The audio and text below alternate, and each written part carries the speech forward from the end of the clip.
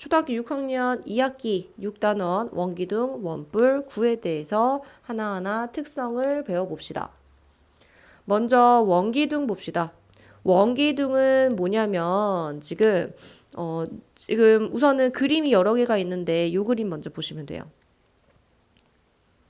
이렇게 생긴 걸 원기둥이라고 하지. 캔 모양으로 생긴 것, 캔 모양. 원기둥은 생긴 게 캔 모양이야, 캔 모양. 그치? 그래서 원기둥의 구성 요소를 좀 보자. 원기둥의 구성 요소는 우선은 밑면이 두 개야. 위아래 지금 원 모양의 밑면이 있죠. 밑면이 두 개. 원 모양의 밑면. 근데 이 원 모양의 밑면은 어때? 서로 평행이에요. 절대 안 만나요. 그리고 합동이에요. 그쵸? 정리하면 원 모양의 밑면이 두 개고요. 그리고 이 두 밑면은 서로 평행을 하고 그리고 서로 완전 모양이 똑같은 합동입니다. 옆면 봅시다.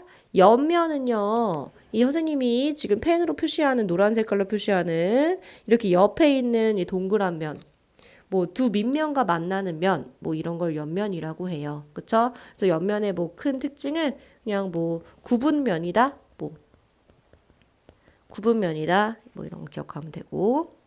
높이.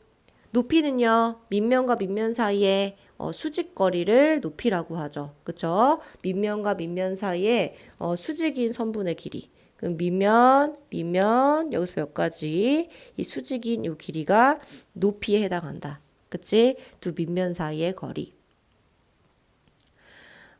이렇게 되고요, 용어. 그 다음에 이 원기둥은 어떻게 만들어지는 거냐면 이제 맨 앞에 있는 그림 보시면 돼요.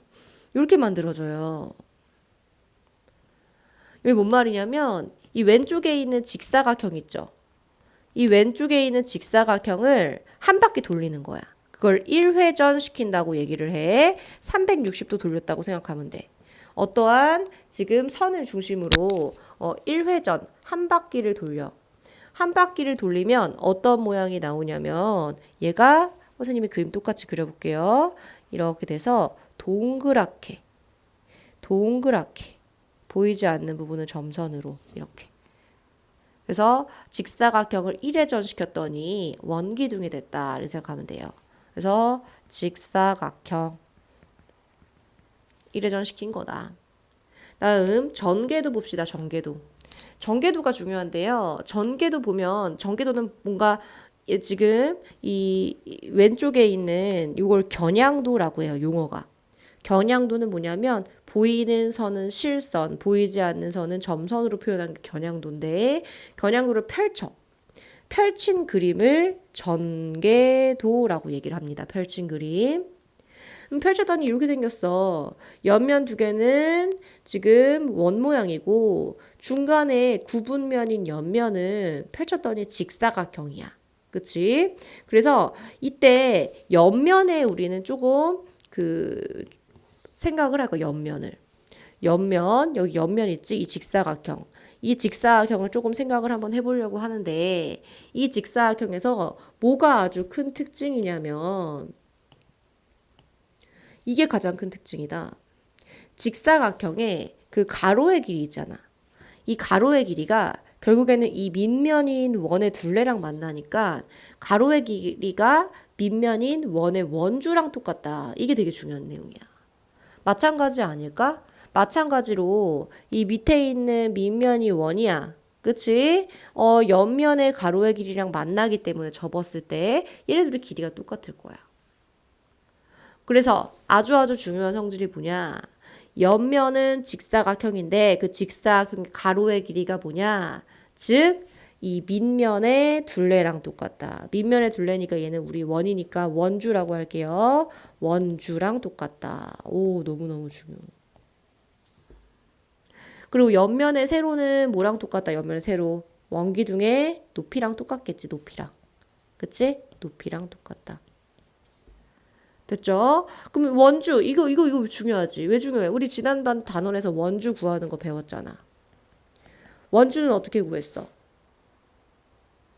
원주는 지름 곱하기 원주율이었지. 지름 곱하기 원주율이었으니까 지름 곱하기 원주율로 원주를 구해서 밑면의 가로의 길이를 구해줄 수 있겠지. 이해 됩니까? 다음 넘어가서 이번에는 원기둥과 각기둥을 비교합니다. 원기둥과 각기둥 같은 점 볼게요. 같은 점. 기둥 모양의 입체 도형이다. 기둥 모양이면서 입체 도형이다. 두 번째 같은 점. 밑면이 서로 평행. 밑면이 서로 평행하고 그리고 서로 합동이다라는 게 있네요. 그쵸? 두 번째 다른 점이요. 밑면은 원기둥은 원이고 옆면은 구분면 그리고 꽃길점과 모서리가 없어요. 아, 원기둥 여기는 꽃길점과 모서리가 없구나. 그치? 어제 모서리 있는 거 아니에요? 모서리는 모서리라는 거는 그 면과 면이 만나서 생기는 선분이거든. 선분이어야 되기 때문에 모서리 없다고 보는 거예요. 다음 각기둥입니다. 각기둥. 밑면은요 다각형 모양. 얘는 사각형이죠. 이 밑면이. 그리고 옆면은 평면이에요. 구분면이 아니라 평면. 꽃길점과 모서리가 있어요. 그렇죠? 그다음 원뿔 봅시다. 원뿔은요 우리 꽃갈 모양 기억하면 돼요. 꽃갈. 그치? 꽃갈 모양인데 그 원뿔 이제 구성 요소 보자. 이 원뿔 먼저 두 번째 그림 먼저 볼게요. 꽃갈 모양의 지금 도형이 있는데 이 도형에는 원 모양의 밑면이 한 개네요. 그쵸? 그리고 옆면은 지금 선생님 노란색 걸로 표시할게. 요렇게 지금 또 똑같이 구분면이야. 그치? 그리고 여기는 가장 뾰족한 뭐가 있냐? 원뿔의 꼭지점이라는 게 있다. 가장 뾰족한 원뿔의 꼭지점이라는 게 있고 그리고 높이는 뭐냐? 원뿔의 꼭지점부터 어디까지? 밑면까지의 수직인 거리, 수직거리를 높이라고 얘기를 한다. 그럼 다시 정리를 해서 써보자. 밑면은 뭐냐면 원 모양이고 한 개다. 그치? 옆면은 뭐냐면 옆을 둘러싼 구분면인데 그냥 구분면이라고 쓸게요. 원뿔의 꼭지점 뭐예요? 원뿔에서 가장 뾰족한 부분의 점이 원뿔의 꼭지점이야. 그치? 원뿔에서 꼭지점 한 개밖에 없어. 가장 뾰족한 부분.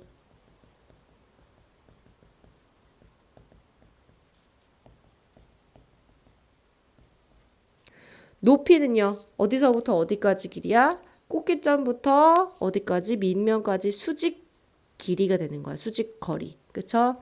꼭지점부터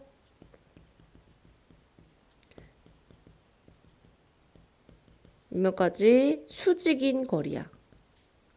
길이라고 쓸게요. 모선이라는 게 나온다. 와, 중요한 내용이다. 모선이라는 건 뭐냐면 모선은 옆면을 만드는 선분이야. 옆면을 만드는 선분. 초등학교 때는 이렇게 배우네. 꼭지점. 원뿔의 꼭지점이랑 밑면의 둘레 위에 한 점을 연결해. 그게 모선이다. 꼭지점이랑 밑면의 둘레 위에 한 점을 연결해. 그게 모선이다.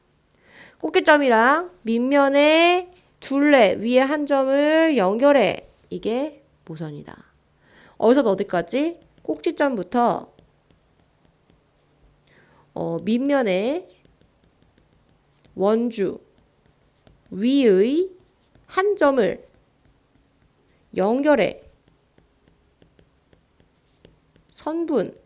그게 모선이다. 되겠어요? 꼭지점부터 밑면인 원주 위에 한 점을 연결한 선분이다. 됐어? 그러면 얘 개수 몇 개일까? 되게 많겠지. 그치? 얘 개수는 무수히 많다. 셀 수 없이 많다.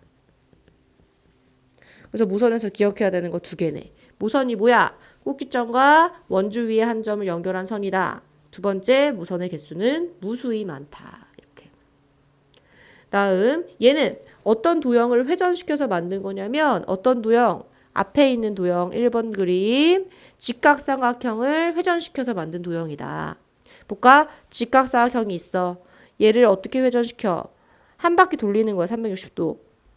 그림이 이렇게 그려져. 동그랗게 바꿔줘. 동그랗게. 원뿔이 나오죠. 그쵸?